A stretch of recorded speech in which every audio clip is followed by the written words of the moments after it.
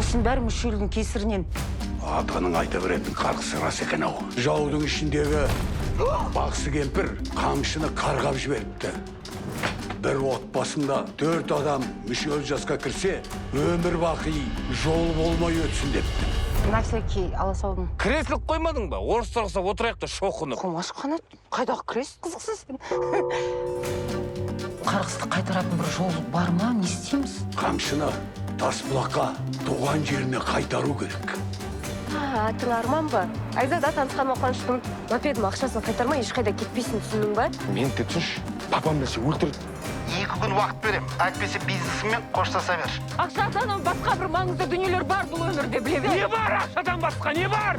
Семьяларыңмен қуайын дегенсіңдер ма? Сендердің қамдарыңды ойлап, үйсіз, күйсіз жүрген жоқпын ба мен, а? Жұмыс жасап. Ренжімен, пап, сіз өзіңізден басқа ешкім тыңдамайсыз. Сендермен бір өткізген уақытым мен үшін өте қымбат. Мүшел жасты бағалы бір затын біреуге беру керек дейді. Ал отбасыңмен бір өткізген уақытқа жетер қымбат ештеңе жоқ балам.